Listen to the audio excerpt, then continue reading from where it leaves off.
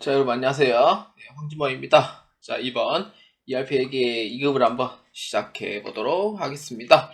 자, 24년도 1월 27일에 시행을 하여 2월 13일에 합격자 발표가 나왔습니다. 그렇기 때문에 여러분들께서 이번 ERP에게 24년도 처음 이제 1회차를 시작을 하였는데 딱히 달라지는 건 없어요. 그래서 23년도, 22년도, 21년도 그 전에 있는 회차들 다 똑같습니다. 그렇기 때문에 문제 자체는 크게 어렵지 않고 실기 자체도 크게 무난하기 때문에, 근데 프로그램 설치 건 때문에 이제 많이들 못하는 경우도 생기긴 합니다만, 사실 여러분들께서 이제 프로그램 설치하는 방법 이 유튜브에서 이게 조금만 검색해도 다 알 수 있어요. 그렇기 때문에 꼭 설치하고 꼭 조금이라도 연습을 하시고 한번 실기를 한번 도전해 보시기 바랍니다. 그래서 이론 60점 이상, 실기 60점 이상인 경우 합격을 하게 되고요. 그리고 꽈락이 40점 미만인 경우 무조건 불합격이 처리된다는 점 잘 기억해 주시고요. 여러분들이 이제 충분히 합격할 수 있다고 저는 생각을 하기 때문에 잘 한번 준비하고 한번 시작해 보도록 하겠습니다. 자, 이거는 파트는 이제 두 가지 파트를 나누어서 1번부터 10번까지 11번부터 20번까지 해가지고 한번 시작해 보도록 하겠습니다. 자, 문제 한번 1번 한번 보겠습니다. 자, 다음 중 당사의 부서 등록과 사원 등록에 대한 설명으로 옳지 않은 것을 고르시오입니다. 그러니까 문제 자체는 항상 키워드를 꼭 잘 파악해 주셔야 돼요. 그러니까 묻고자 하는 키워드가 있는데 이 키워드 안에서 봤을 때 1번부터 3번까지는 시스템 관리에서 문제가 출제가 돼요. 물론 A형 기준으로 얘기합니다. 그 다음에 4에서 14번은 회계관리 쪽으로 해서 문제가 나와요. 근데 그 중에 부가가치세는 제외하고 출제가 되고요. 그 다음에 15번부터 20번까지는 부가가치세 쪽에서 시험 문제가 나와요. 그 다음에 메인 매출장이랑 아니면은 시스템 관리 쪽에 있는 사업자 등록이 나오긴 하지만 대체로 이 패턴으로 나온다 보시면 되고, 그래서 문제 안에 있는 이 키워드 파악이 상당히 중요합니다. 이 키워드는 정확하게 파악을 줄 아냐 모르냐에 따라서 문제를 푸는 방식이 달라지고요. 합격하는 방식도 충분히 달라진다라고 봐주시면 되겠습니다.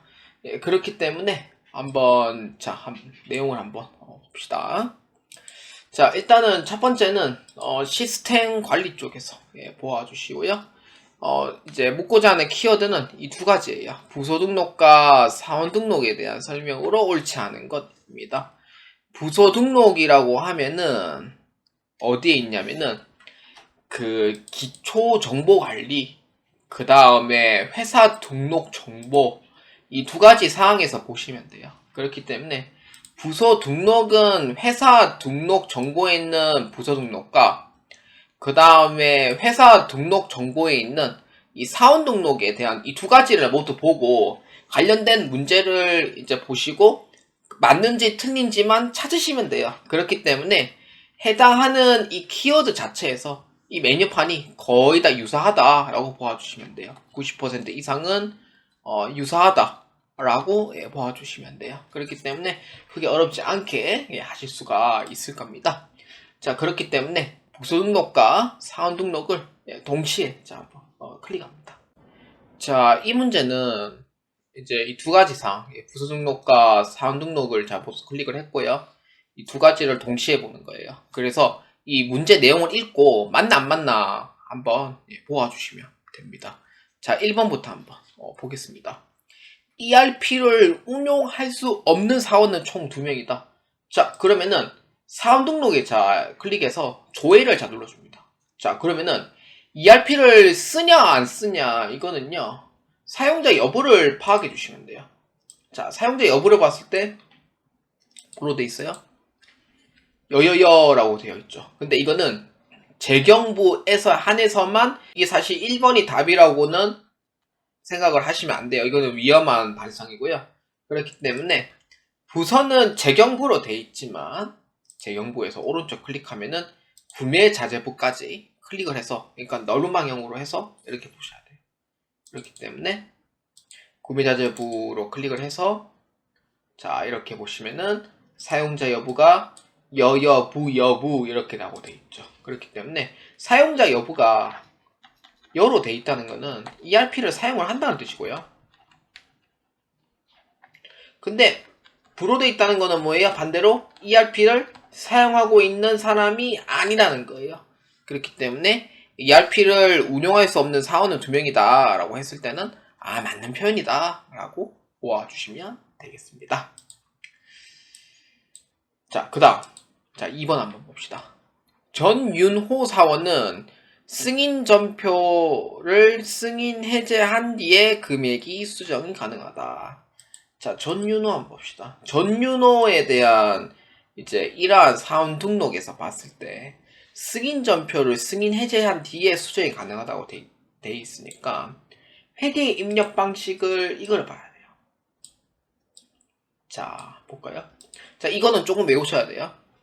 자, ERP는 그러니까 다시 권한 설정이라는 게 따로 있어요. 그렇기 때문에 그래서 부서별로 이렇게 딱 권한 설정이 딱 놓아져 있기 때문에 그래서 그 권한에 맞춰서 프로그램을 운용할 수 있게 만들어 놓았고요. 그래서 전윤호 사원의 경우에는 회계 입력 방식이 승인으로 되어 있어요. 승인으로 되어 있다 이 뜻은 뭐냐면은 전표를 입력을 할 때 승인으로 되어 있고요. 그런데 승인된 상태에서 수정은 안 됩니다. 이게 R큐브에서는 그게 안 되는 걸로 되어 있어요. 그렇기 때문에 승인 해제한 뒤에 이제 금액 수정이 가능하다라고 되어 있다고 보면은 해석을 잘 해주셔야 돼요. 그래서 승인된 상태에서 수정하는 건 안 되는데 승인을 해제를 하고 수정을 한다? 이거는 가능한 거죠.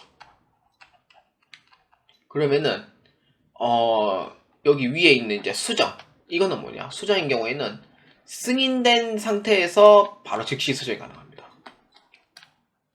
그래서 수정이라는 그런 기능이 제일 높은 권한이고, 그 다음에 승인, 만약에 이제 미결은 뭐냐면은 입력은 가능한데 승인은 못해요. 그래서 위에 있는 사람들이 보고 이 전표는 괜찮다라고 했을 때 그때 이제 승인을 해주는 거죠. 그러한 차이가 있다라고 보아주시면 되겠습니다. 그래서 2번인 경우에는 맞다라고 보아주시면 됩니다. 자, 그 다음에 3번. 당사에 등록된 부서는 전부 주식회사 유명 본점 사업장에 소속된 부서이다. 등록된 부서가 전부 다 본점 사업장이라고 되어 있는데 그럴 때는 부서 등록을 클릭을 해서 자, 본점에 있는 사람인지 아닌지 자, 한번 봅시다. 자, 본점이라고 되어 있고요. 자, 구매 자재 부문에 있는 구매 자재부는 뭐예요? 본점이에요? 지점이에요? 지점이라는 거예요. 그래서 100% 본점이라고 얘기를 한다면은 틀린 얘기가 되고요. 그래서 이 회사는 본점이 3개가 있고 지점에 있는 부서가 하나가 있더라 이렇게 보면 돼요. 그래서 전부라는 얘기가 틀렸어요. 그래서 3번에 대한 얘기는 틀렸다라고 보아주시면 되겠습니다. 자, 그 다음에 4번. 김종민 사원은 조회 권한이 사업장 권한으로 영업부의 전표도 조회할 수 있다. 자, 이럴 때는 사원 등록을 잡아요.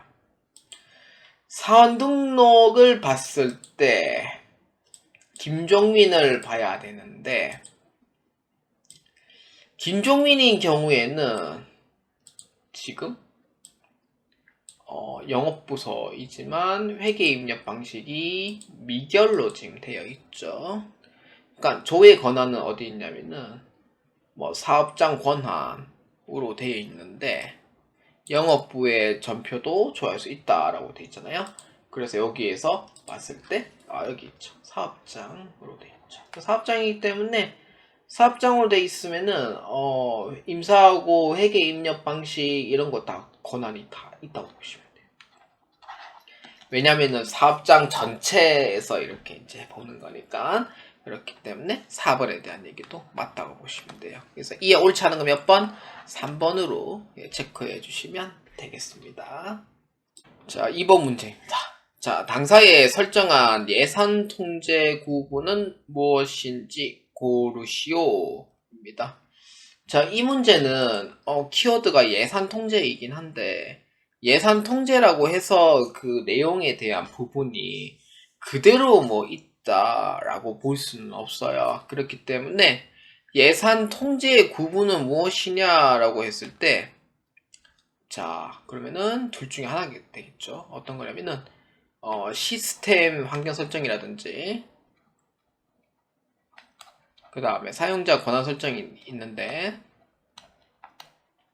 이게 예산 통제 구분을 보려면은 이 둘 중에 하나예요.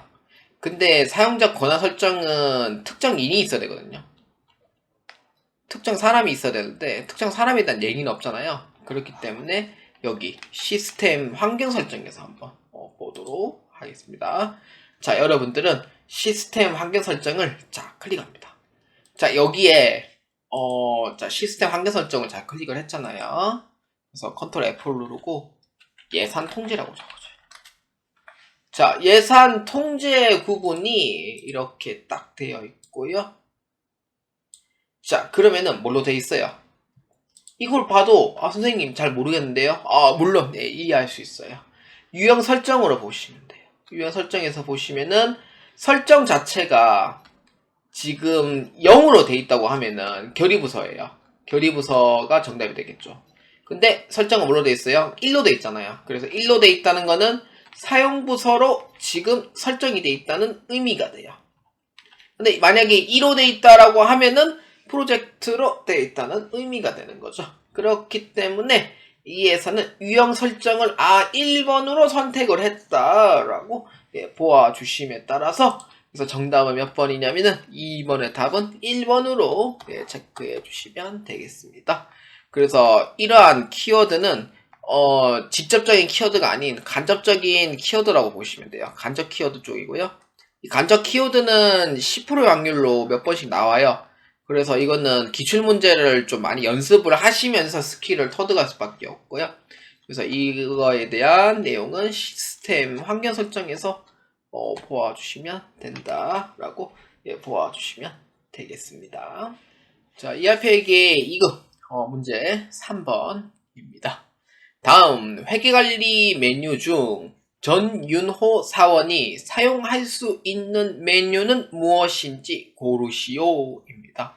자, 이 문제의 키워드는요. 회계관리 메뉴 중이라고 되어 있고요. 전윤호 사원이 키워드가 될 수도 있습니다. 그렇기 때문에 사용할 수 있는 메뉴는 무엇인지 고르시오라고 되어 있으니까 아까 2번 문제에서 제가 얘기한 거 있죠. 시스템 환경 설정과 사용자 권한 설정 둘 중에 하나를 제가 설명한 바가 있죠. 2번 문제에서. 그래서 이 사람의 이가 특정인의 이러한 권한 조회를 하는 문제고요. 이거는 직접적인 키워드가 아닌 간접적인 키워드를 요청하는 문제라 특히 ERP에게 2급에서는 이러한 문제 형태가 좀 몇 번 나옵니다. 1번에서 3번 사이 중에. 그래서 꼭 잘 기억해 주시고요. 연습을 좀 많이 하셔야 돼요. 그래서 이러한 경우에는 사용자 권한 설정으로 보아주시면 되겠습니다. 자, 여러분들은 사용자 권한 설정을 자 클릭합니다. 자, 그러면은 자 메뉴는 뭐예요? 회계관리라고 돼 있잖아요. 이 회계관리는 이게 처음 하시는 분들은 이게 잘 모르는 경우가 많아요. 그래서 몇 번씩 연습해보면 또 압니다. 그렇기 때문에 이렇게 보시면 돼요. 묻고자 하는 이 회계관리 메뉴는요. 모듈 구분에 대해서 물어보는 거예요. 그래서 사용자 권한 설정을 보시면은요. 이 상태로 해서 보는 게 아니고 회계관리 쪽을 클릭을 하면서 보셔야 돼요. 근데 인사는 인사관리 쪽으로 해서 보아줘야 되고요. 네, 물류는 이제 물류 쪽 해가지고 보면 되고 그 다음에 생산은 구매자재관리 쪽으로 해서 보아주면 되죠. 자, 이렇게 해서 모아주시면 돼요. 자, 그러면은 회계관리를 자, 클릭합니다. 자, 누구에 대해서 물어봐요? 전윤호에 대해서 물어보는 거죠. 자, 이거 보는 방법 알려드릴게요. 자, 여러분들 식당이라고 생각을 해요. 자, 식당인데 예를 들어서 뭐 식당이라고 치면은 레스토랑? 뭐 스테이크? 뭐 이런 거 있다고 쳐요. 그러면은 스테이크를 이렇게 딱 보면은 여러 가지 메뉴들이 있잖아요. 저는 이거 주문한 거고요. 이걸 주문할게요. 라고 해서 이제 점원이 알겠습니다 하고 이런 거잖아요. 그래서 이게 이제 식당의 메뉴판이라고 생각하시면 돼요. 왼쪽에 있는 이 메뉴는 식당의 메뉴판 정도로 보시면 되고요.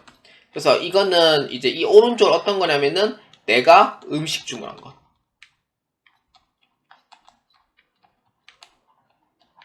이렇게 들으면 좀 이해가 좀 빠를 거예요. 그래서 어떤 걸 보냐면은 왼쪽 게 보는 게 아니고 오른쪽 걸 봐야 되는데 오른쪽 거 중에서 이게 이제 파란색만 돼 있는 거 있죠. 파란색만 돼 있는 거는 권한은 없습니다. 아무것도 못해요. 파란색만 돼 있는 건 아무것도 못 써요. 그렇기 때문에 파란색 사이에 흰색이 있다. 그러면은 이거는 쓸 수 있는 권한이 있다라고 보아주시면 돼요. 흰색은 권한이 있는 거고요. 파란색만 돼 있는 건 권한이 없다고 보시면 돼요. 그렇기 때문에 어떤 걸 쓸 수 있어요? 전표 입력과 전표 출력만 쓸 수 있어요. 그래서 전윤호에 대한 사용할 수 있는 메뉴는 뭐예요? 전표 출력인 거예요. 그래서 정답 몇 번? 2번으로 체크해 주시면 되겠습니다. 자, ERP에게 2급. 자, 문제 4번입니다. 4번부터 14번까지는 회계관리 쪽으로 자, 클릭을 해서 한번 보도록 하겠습니다. 자, 문제 4번입니다. 자, 다음 중 유명 본점의 2024년 3월 거래 내역에 대한 설명으로 옳지 않은 것은 고르시오입니다. 자, 거래 내역이 이제 힌트가 돼요. 여기 키워드가 되고요. 이번 이제 1월달 문제는 제가 보기에는 공부 안 했으면 합격 못했을 것 같은 느낌이 들어요, 지금. 자, 그러면은 거래 내역이라고 되어 있는데 어떤 거래 내역이냐 이걸 알아야 돼요. 자, 거래 내역에서 문제를 보자면은 1번에는 비품을 전에 현금 매입했다. 미지급금은 1억 2,326만원 발생했다. 재고자산 상품은 모두 외상으로 매입했다. 판관비 중 상여금은 2,850만원이 발생했다. 자, 그럼 이거는 뭘로 유추해야 되겠어요? 거래 내역에 대한 유추를 하려면은 사실 4번 문제는 내가 보기에는 안 푸는 게 맞아요. 이거 풀 바에 그냥 다른 문제 풀고 4번 문제 보는 게 낫거든요. 그렇기 때문에 이 문제에서 제가 이제 생각하는 키워드는요. 지금 내용 자체가 개정 과목에 대한 내용들만 있거든요. 문제 1번부터 4번까지. 그래서 첫 번째 유추를 하는 거는 개정 과목만 존재를 해요. 그 다음에 두 번째는 특정 월에 대해서 이제 물어봐요. 그러면은 이 두 가지 유추했을 때 두 가지의 조회가 이제 또 깔립니다. 어떤 거냐면 첫 번째는 1월계표를 보는 거예요. 첫 번째는 1월계표를 보는 거고 두 번째는 뭐냐면은 계정 과목만 존재하니까 총계정 원장 보시면 돼요. 이렇게 이 두 가지 중 하나 조회하시면 됩니다. 근데 이 문제는 특정 월에서 물어보는 거기 때문에 그래서 저는 1월계표를 한번 이용해 보도록 하겠습니다. 그래서 전표 정보 관리에서 자 1월계표가 있습니다. 자 클릭합니다. 자 1월계표를 보니까 3월달 거니까 그러면은 날짜 자체를 2024년도 3월 1일부터 3월 31일까지 잡아요. 그럼 여기에서 1번부터 4번까지 보면 돼요. 근데 총계정 원장을 봐도 됩니다. 그런 경우에는 계정 과목을 계속 검색해서 보셔야 되고 뭐 불편하시면은 1월 개표로 보시는 게 낫고 자 한번 봅시다. 자 1번입니다. 비품을 전액 현금으로 매입하였다. 자 비품 있죠? 자 여기 비품 쪽에 자 더블 클릭합니다.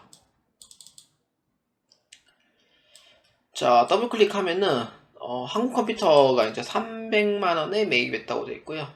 돈은 뭘로 쳤는지 안 보이잖아요. 한 번 더 더블 클릭해요. 자, 뭘로 했어요? 현금으로 했어요? 아니잖아요. 뭘로 했어요? 외상으로 했죠. 그렇죠. 이거는 현금 매입이 아닌 외상 매입을 한 거기 때문에 1번에 대한 부분은 틀렸다라고 보아주시면 되겠습니다. 자, 그 다음에 2번 한번 봅시다. 미지급금은 1억 2,326만 원이 발생하였다. 미지급금 볼까요? 미지급금이 자 보면은 여기 대변에 있는 금액 보면 되죠. 총계로 보셔야 돼요. 자, 얼마예요? 1억 2,360만 원이 발생했답니다. 자, 그럼 맞아요? 틀려요? 맞다는 거죠. 그래서 2번에 대한 얘기는 맞다라고 보아주시면 되겠습니다. 자, 그 다음에 3번. 재고자산 중 상품은 모두 외상으로 매입하였다. 자, 그러면은 1월계표 위에 보시면은 상품 1억 4,300 있습니다. 자, 클릭합니다. 사실 이제 이 내용을 다 보려면은 이게 현금으로 했나 안 했나 이제 하나하나씩 다 뒤져봐야 돼요. 그래서 이제 4건인데 자, 한번 볼까요? 자, 그러면은 재고자산 상품 모두 외상으로 했다니까 외상이 맞죠? 그래서 외상 맞고 그 다음에 이제 3월 28일 거 외상으로 했죠. 외상으로 했고 자, 그 다음에 3월 30일 거를 매입을 했는데 외상 매입금을 했대요. 맞는 거죠. 그 다음에 마지막으로 정유 실업 거를 보아하니 외상으로 했답니다. 그럼 맞는 얘기가 돼요. 그러면 이에 해당하는 정답 몇 번이에요? 그렇죠. 3번은 이제 맞다라고 보아주시면 돼요. 자, 그 다음에 4번입니다. 판관비 중 상여금의 2,850만원이 발생하였다. 자, 밑에 보시면은 상여금 있죠. 자, 상여금에 해당하는 금액 찾으셨나요? 그렇죠. 제 밑에 있죠. 자, 얼마예요? 2,850만원이 발생했답니다. 총계를 보셔야 돼요. 그래서 맞다는 거죠. 그래서 이에 해당하지 않는 정답 몇 번? 1번으로 체크해 주시면 됩니다. 현금 매입이 아닌 외상 매입으로 보아주시면 됩니다. 자, 다음 5번 입니다. 주식회사 유명 본점의 2024년 상반기 중에서 상품 매출 금액이 가장 많이 발생한 월은 언제인지 고르시오입니다. 자, 이 문제의 키워드는요, 상품 매출입니다. 자, 여기에서 계정 과목만 물어보는 경우는요, 요거는 이제 계정별 원장 또는 총계정 원장으로 보아주시면 됩니다. 그래서 이 문제에서는요, 저는 총계정 원장으로 주로 보기 때문에 그래서 총계정 원장을 이용을 해서 한번 보도록 하겠습니다. 총계정 원장은요, 어디에 있냐면은 여기 이제 전표장부 관리에서 여기 총계정 원장을 자 클릭합니다. 자, 상반기 중이라고 되어 있잖아요. 그러면은 일별로 해서 상반기 중으로니까 상반기는 언제부터 언제까지예요? 1월 1일부터 6월 말까지예요. 상반기라면 하반기랑 얼마예요? 언제예요? 7월부터 12월까지 이렇게 모아주시면 되고요. 자, 그렇기 때문에 외상 매출금 다시 자, 상품 매출로 해줍니다. 401번입니다. 자, 이렇게 해서 해주시면 돼요. 자, 그러면은 상품 매출 금액이 가장 많이 발생한 월은 얼마인지 자 보려면은 이 월계로 해서 보셔야 돼요. 이거 누계로 보면 안 되고요. 월계로 해서 보셔야 돼요. 자, 그래서 묻고자 하는 키워드는 3, 4, 5, 6월 것만 물어보죠. 자, 그렇기 때문에 3, 4, 5, 6월 거 중에서 가장 많이 발생한 월은 몇 월입니까? 라고 보아하니 딱 봐도 정답이 나오는 거죠. 그래서 몇 월? 2억 4,300 몇 월? 5월달이 정답이다 라고 보아주시면 되겠습니다. 그래서 이에 해당하는 정답은 3번으로 체크해 주시면 되겠습니다. 자, 6번 문제입니다. 자, 주식회사 유명 본점은 업무용 승용차를 사원별로 관리하고 있습니다. 다음 중 김원찬 사원이 관리하고 있는 업무용 승용차의 차량 번호를 고르시오 입니다. 자, 이 문제의 키워드는요, 차량입니다. 업무용 승용차가 키워드가 되고요. 네, 차량도 키워드가 됩니다. 업무용 승용차라고 돼 있으면요, 무조건 내 손이 어디로 갈 거냐면은 업무용 승용차를 향해서 내 손이 가야 돼요. 무조건. 업무용 승용차다. 딱 무의식적으로 업무용 승용차 딱 이렇게 딱 보아주는 거예요.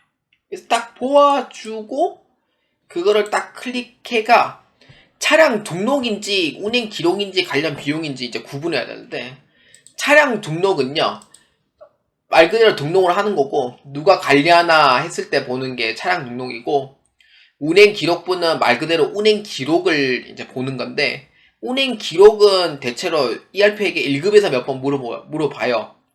근데 관련 비용도 역시 ERP에게 1급에서 주로 많이 물어보고요.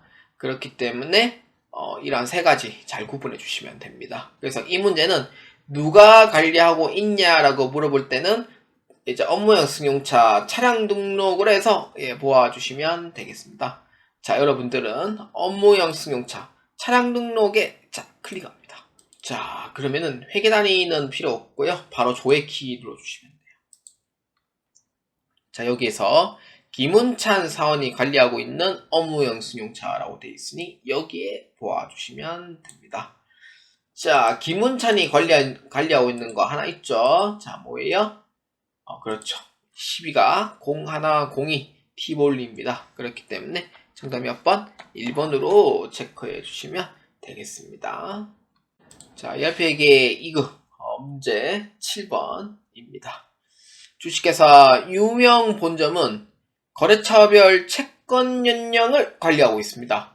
2024년도 6월 30일 기준으로 정개월수를 조회했을 경우 주한 실업 거래처의 외상 매출금 조회기간 이전 금액으로 오른 것을 고르시오입니다. 자, 이 문제의 키워드는요, 채권 연령입니다. 이게 키워드가 되고요. 그 전사회계에서는 안 배웠던 건데, 이게 이제 연령 분석이라는 그 대손 설정할 때 따로 하는 게 있어요. 뭐 1위부터 90일까지는 뭐 몇 프로 못 받을 것 같다. 90일부터 120일까지는 몇 개월 못 받을 것 같다. 그런 걸 이제 계산해 주는 게 채권 연령이라고 있는데, 요거는 채권 연령이 키워드가 되고요. 이거는 말 그대로 직접적인 키워드예요. 뭐냐면은 채권 연령 분석으로 보아주시면 돼요. 그래서 문제에서 채권 연령이 나왔다라고 하면은 채권 연령 분석으로 보아주시면 되겠습니다. 그렇기 때문에 채권 연령 분석을 클릭합니다. 자, 그러면은 기준은 2024년도 6월 30일 내줍니다. 전 계열수는 4개월 내주고요. 자, 외상 매출금으로 해줍니다.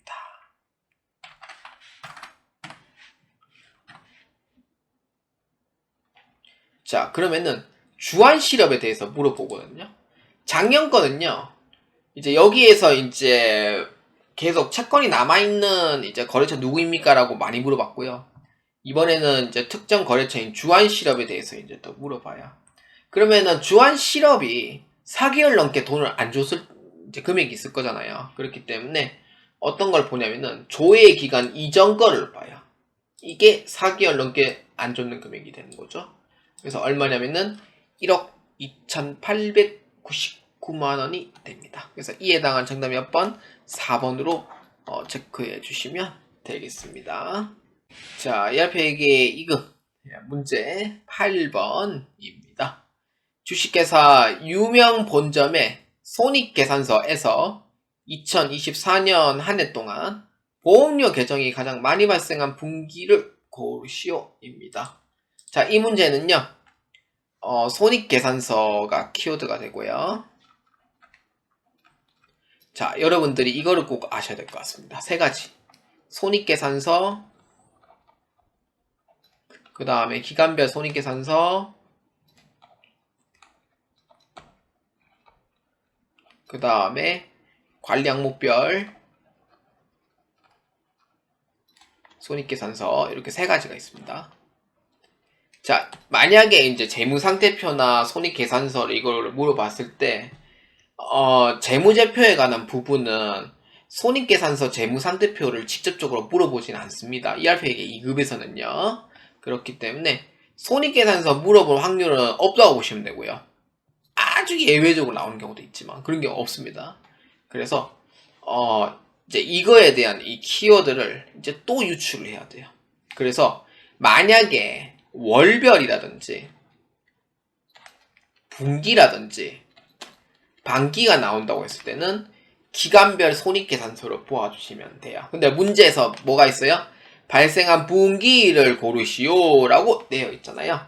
그렇기 때문에 이 문제에서는 기간별 손익계산서를 보아주는 거예요. 자, 그 다음에 관리항목별 손익계산서는요. 주로 뭐 어떤 거냐면은 뭐 L1 뭐 아니면 A1 뭐 있었는데 뭐 그 다음에 A2 뭐 이런 거에 대한 뭐 이제 그런 이제 관리 항목에 대해서 물어보는 경우가 있어요. 그래서 이거는 관리 항목별 손익계산서로 보아주시면 돼요. 근데 손익계산서라는 키워드가 있어야 되고요, 당연히. 그래서 이 문제에서는 분기에 대해서 물어보니 기간별 손익계산서로 보아주시면 되겠습니다. 자, 그렇기 때문에 어디에서 볼 거냐면은 결산 재무제표 관리를 자 클릭을 합니다. 자, 결산 재무제표 클릭을 하면은 기간별 손익계산서가 있습니다. 그렇기 때문에 기간별 손익계산서를 자 클릭합니다. 자, 그러면은 여기서 뭘 봐야 돼요? 당연히 분기별로 해서 봐야 되는 거죠. 자, 분기별로 클릭합니다. 자, 1분기부터 4분기까지 보험료 계정이 가장 많이 발생한 금액을 보는 거예요. 그렇기 때문에 1분기부터 4분기까지 보되, 자, 그 다음에 조회를 이렇게 해놓고요. 그 다음에 조회 누르면 돼요. 자, 그래서 821번 보험료를 자 클릭을 합니다. 자, 지금 제가 여기 화면이 좀 잘렸죠? 네, 잘렸기 때문에 자, 한번 화면 문화를 이용을 해서 자, 한번 보도록 하고요. 자, 보시면은 보험료가 존재를 합니다. 자, 그러면은 1분기에 얼마, 2분기에 얼마, 3분기에 얼마, 4분기에 얼마 이렇게 돼 있잖아요. 자, 어느 게 가장 커요? 그렇죠. 정답은 이렇게 보시면 돼요. 2분기예요. 그래서 정답은 2번으로 체크해 주시면 되겠습니다. 자, ERP에게 2급 문제 9번입니다. 2024년 12월 31일자 기준 당사의 채권 채무 잔액 조회서에 대한 설명으로 옳지 않은 것을 고르시오입니다.